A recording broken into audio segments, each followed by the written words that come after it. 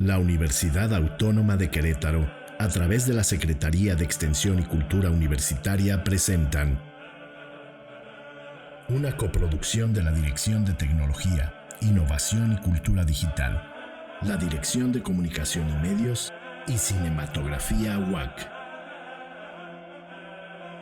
Visiones a 500 años de la caída de Tenochtitlan. Este proyecto se dedica a la memoria de nuestro querido amigo, el Dr. Andrés Garrido del Toral, ilustre queretano, destacado profesionista, reconocido cronista y distinguido profesor de nuestra universidad. Descanse en paz. Maestro Roberto Aurelio Núñez López, promotor cultural y experto en lengua otomí. Fitoponimia ñañú, huella lingüística de la historia de los otomíes. Bueno, la fitotoponimia es un campo que tiene que ver con los nombres de las comunidades. Todos los pueblos, todos los países tienen un nombre. Entonces el nombre nos da mucha información histórica. En este caso, por ejemplo, la fitotoponimia hace relación a los nombres de los pueblos que tienen que ver con las plantas. O sea, en el nombre de la comunidad o del pueblo va implícito un nombre de una planta. Entonces las plantas son muy importantes para los pueblos indígenas de México y son referentes entonces en los fitotopónimos. Por eso se le llaman fitotoponimia. Fito, planta, nimia, nombre.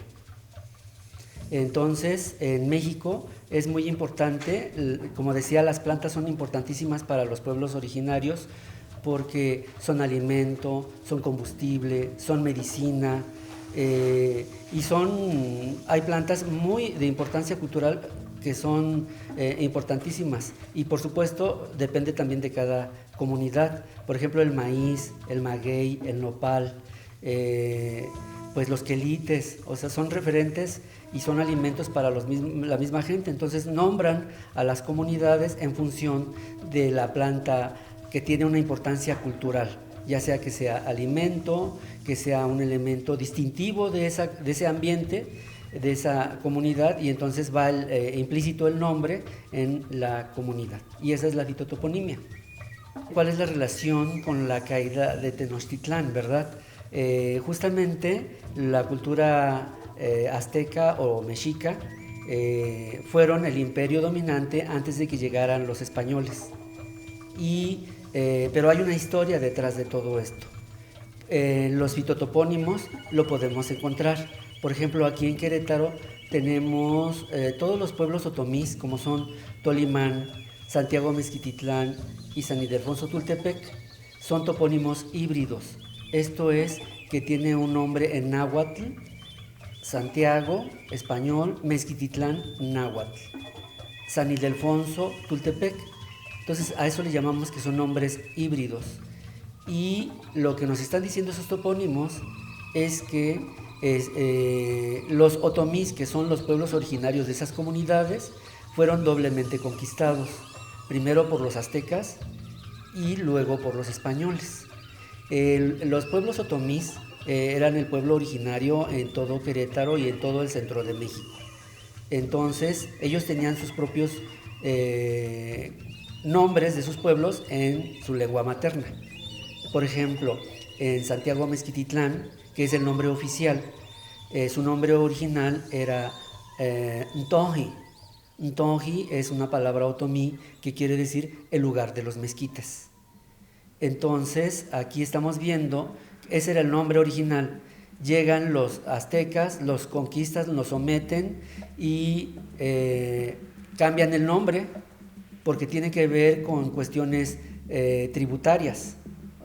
Tengo que tener mi registro para poderles cobrar tributos.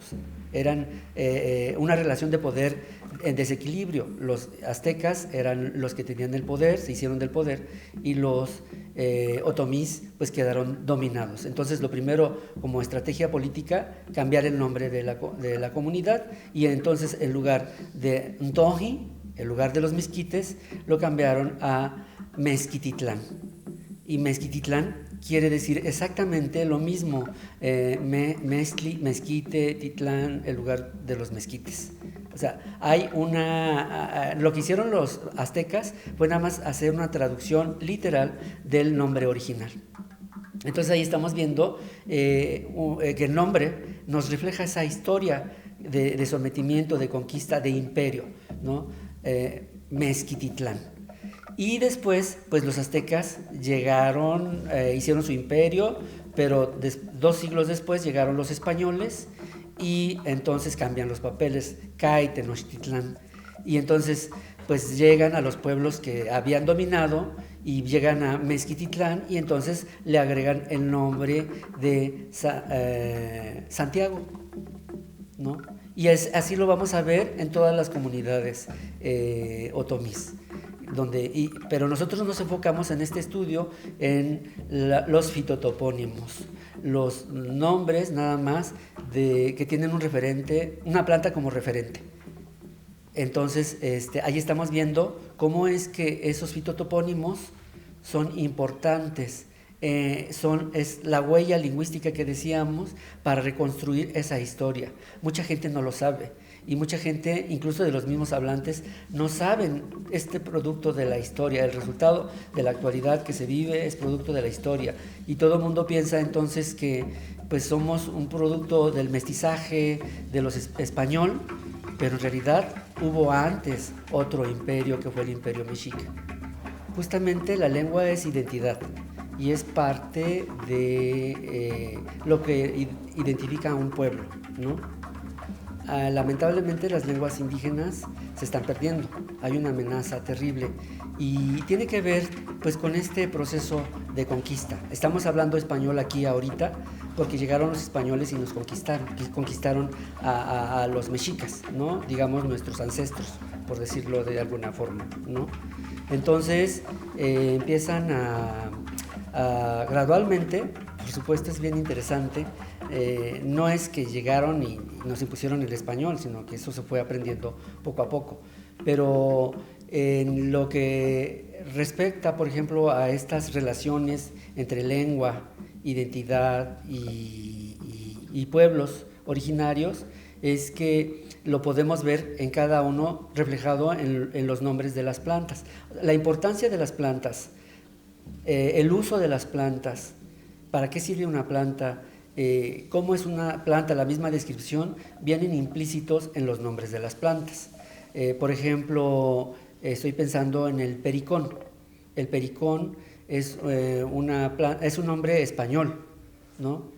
Pero su nombre, como ellos lo documentaron, fue como el yautli en náhuatl, que quiere decir el oscuro. ¿Por qué le pusieron el oscuro los aztecas al pericón de los españoles? Pues porque la utilizaban para hacer guerras, ¿no? Era una planta ritual, una planta sagrada, el pericón, y entonces pues ellos colectaban la planta, la molían, se ponía oscura y se la ponían en la cara para ir a hacer las guerras. Y por eso le pusieron el oscuro. Ahí estamos la relación con el nombre de la planta y el uso que hacían de ella los aztecas. Pero retrocedemos más en el tiempo, decíamos que los aztecas llegaron después de los otomís. Y en el nombre en el otomí quiere decir, pericón se dice miqua, que es la cara de Dios. Mi cara, quo, Dios. ¿Y por qué se llama cara de Dios? Los mismos ñaños ya no saben porque es algo que se ha ido borrando de su memoria, es algo que por los procesos históricos que hubo, pues se fue perdiendo. Pero ahí está en la lengua, es como un reservorio de saber histórico en este caso. Miqua, mi cara, quo, Dios. Al investigar y rastrear, porque no hay textos de este tipo en el otomí, o sea, es la primera vez que nosotros aquí lo estamos reportando, ¿no? Como parte de este proceso de investigación. Y entonces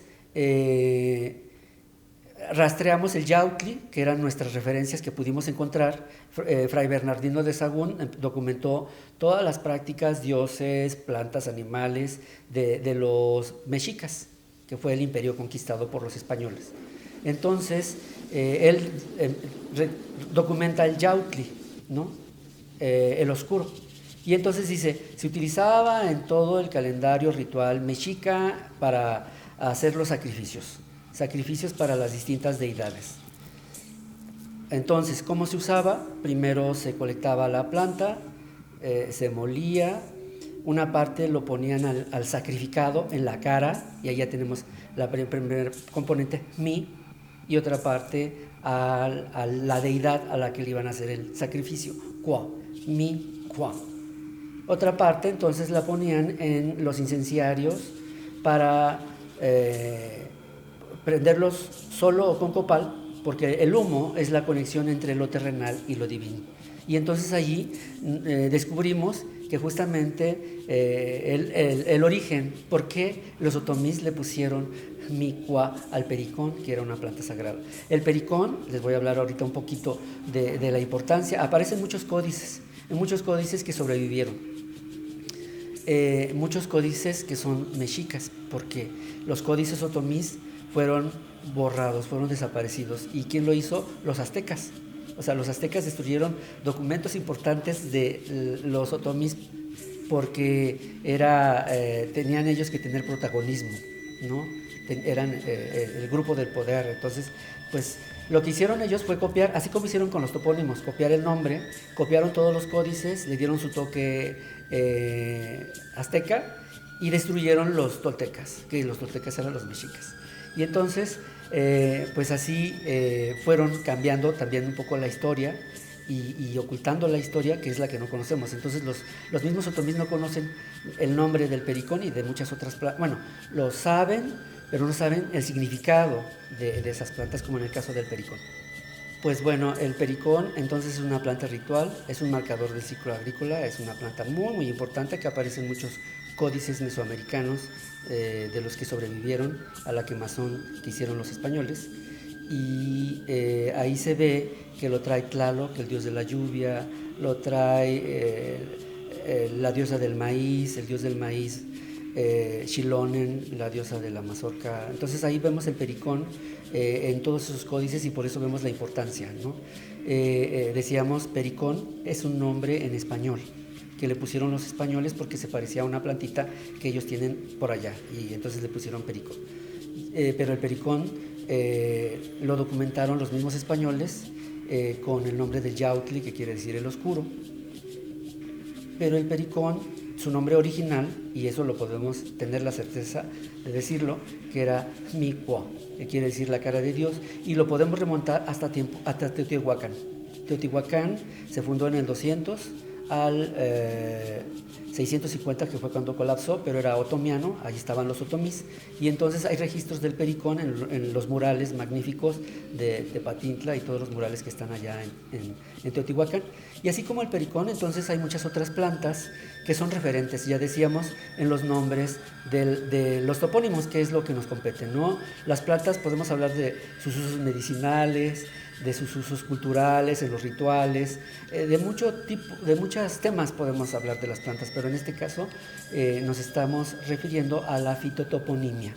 Y entonces decíamos que aquí en Querétaro, 3 de los principales nombres donde hay asentamientos otomís tienen un referente de una planta. Tenemos Tolimán, pero ya decía que es un nombre náhuatl, que quiere decir el lugar de los tules, Tolimán, ¿no? Tenemos también Santiago Mezquititlán, que es el lugar de los mezquites, y San Ildefonso Tultepec, el lugar del Cerro de los Tules. Estamos viendo entonces en estos fitotopónimos el referente que es la planta, más aparte estamos viendo que son topónimos híbridos, una palabra del náhuatl y una palabra del español. Y eso lo que nos está indicando es que los pueblos otomís, que son los pueblos originarios de aquí de Querétaro, del semidesierto queretano y de la frontera con el Estado de México, lo que es territorio de Amialco, pues eran los otomís, los pueblos originarios. Llegaron los aztecas, los conquistaron, los sometieron, cambiaron el nombre de sus comunidades, le pusieron un nombre náhuatl. Cuando ellos perdieron, así estuvieron por 2 siglos. Cuando llegaron los españoles, nuevamente llegaron a todo donde había gente, porque necesitaban manos de obra para trabajar las estancias ganaderas, y entonces ellos respetaron el nombre en náhuatl, por eso muchos topónimos están en náhuatl, ¿no? Jilotepec, Temascalcingo, Amialco y muchos otros lugares están en náhuatl. Respetaron ese nombre, pero aparte le agregaron un nombre de un santo generalmente. Y entonces así tenemos Santiago Mezquititlán, San Ildefonso Tultepec y muchos otros nombres de este tipo, y a esos le llamamos topónimos híbridos. Y entonces estamos viendo que en esos fitotopónimos, que son palabras compuestas, en este caso, palabras del náhuatl o español náhuatl, están escondida la historia de los pueblos originarios. Entonces, por eso decimos que son los fitotopónimos, son la huella lingüística de la historia de los otomís en este caso.